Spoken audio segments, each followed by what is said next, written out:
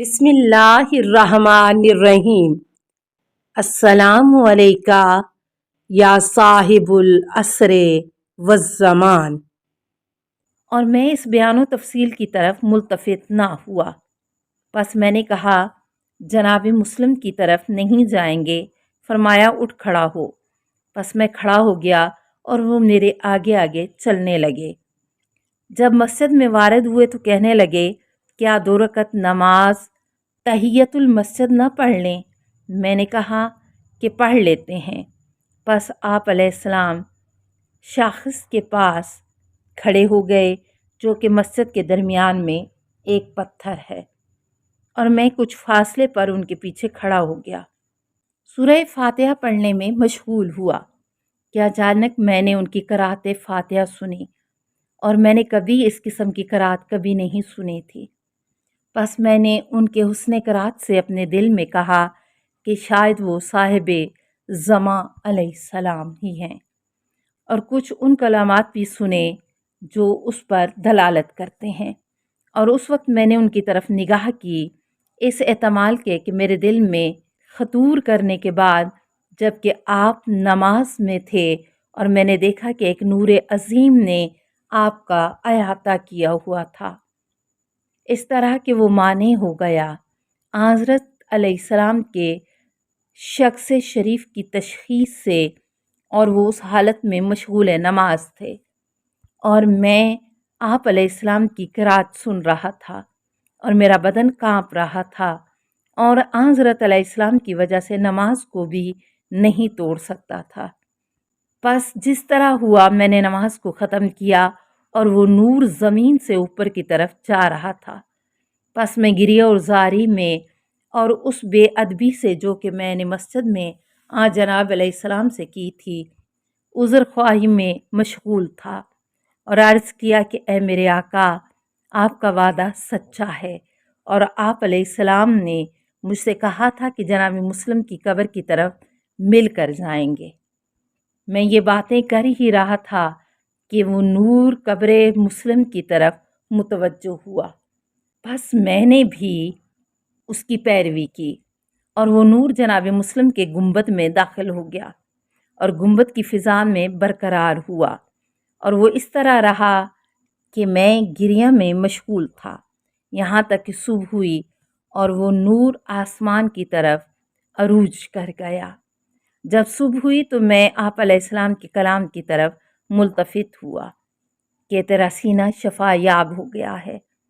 میں نے دیکھا کہ میرا سینہ صحیح ہے اور بالکل کھانسی نہیں آتی، اور 1 ہفتہ نہیں گزرا تھا کہ اس لڑکی کے ساتھ میری شادی کے اسباب مہیا ہو گئے، ایسے ذریعے سے کہ جس کا مجھے وہم و گمان بھی نہیں تھا۔ فقر و فاقہ اپنی حالت میں باقی ہے، جس طرح کہ حضرت علیہ السلام نے فرمایا تھا۔ والحمد للہ۔ 23واں واقعہ، حضرت علیہ السلام کا انیزہ کے عربوں کو ظاہرین کے راستے سے ہٹانا۔ مجھے آمنے سامنے خبر دی ہے سید الفقہاء، استاد العلماء، عالم ربانی جناب آقا سید مہدی قزوینی ساکن حلہ نے فرمایا کہ میں 14 شعبان کے دن حلہ سے امام حسین علیہ السلام کی زیارت کے قصد سے 15ویں شعبان کی رات کے لیے روانہ ہوا۔ پس جب ہم شط الہندیہ کے پاس پہنچے اور اس کی مغربی جانب کو عبور کیا تو ہم نے دیکھا کہ وہ زوار جو حلہ اور اطراف حلہ نجف اشرف سے آئے ہوئے تھے وہ سب محصور ہیں۔ قبائل ہندیہ میں سے بنی طرف کے گھروں میں اور ان کے لیے کربلا جانے کا کوئی راستہ نہیں ہے، کیونکہ قبیلہ انیزہ راستے میں اترا ہوا تھا اور انہوں نے آنے جانے والوں کا راستہ بند کر دیا تھا، اور وہ نہ کسی کو کربلا جانے دیتے اور نہ آنے دیتے تھے، مگر یہ کہ اسے لوٹ لیتے۔ فرماتے ہیں کہ میں ایک عرب کے ہاں اترا اور ظہر و عصر کی نماز ادا کی، اور میں بیٹھ کر اس انتظار میں تھا کہ زائرین کا کیا بنے گا، اور آسمان بھی ابر آلود تھا اور تھوڑی تھوڑی بارش ہو رہی تھی۔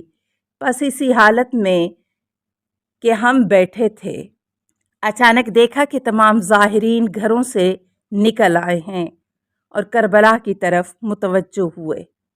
بس ایک شخص سے میں نے کہا جو کہ میرے ساتھ تھا، جا کر پتہ کرو کیا بات ہے۔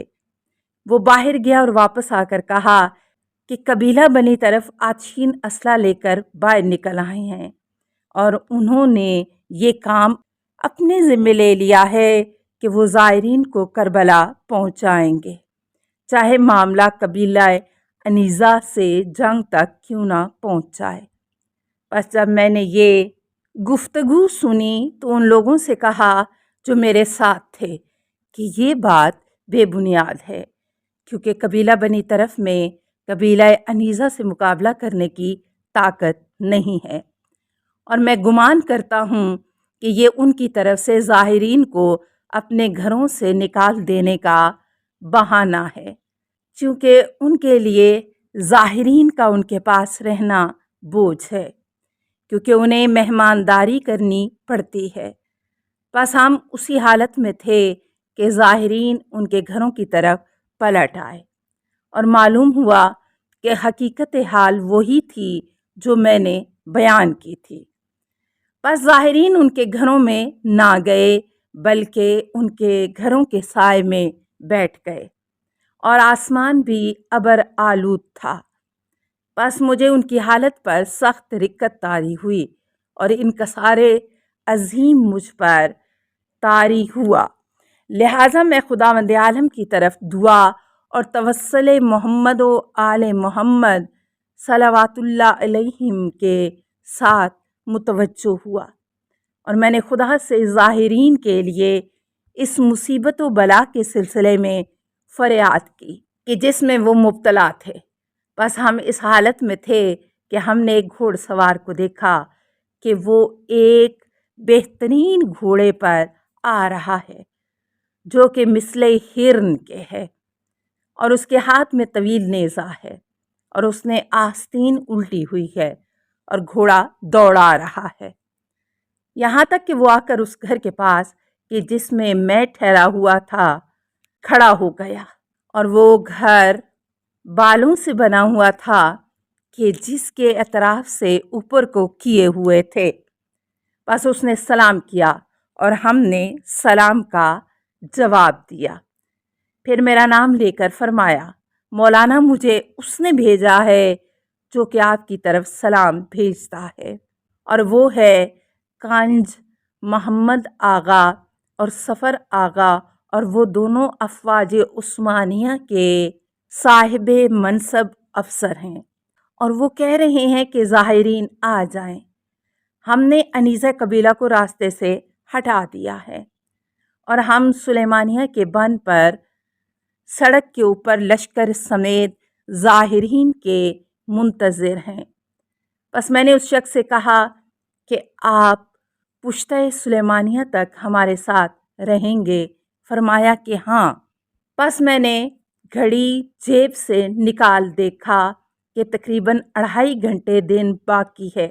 بس میں نے کہا کہ میرا گھوڑا لایا جائے، تو وہ عرب بدوی کہ جس کے مکان میں ہم ٹھہرے ہوئے تھے مجھ سے لپٹ گیا اور کہنے لگا، اے میرے مولا و سردار، اپنے آپ کو اور ان ظاہرین کو ہلاکت میں نہ ڈالو، آج رات ہمارے پاس رہو یہاں تک کہ معاملہ واضح ہو جائے۔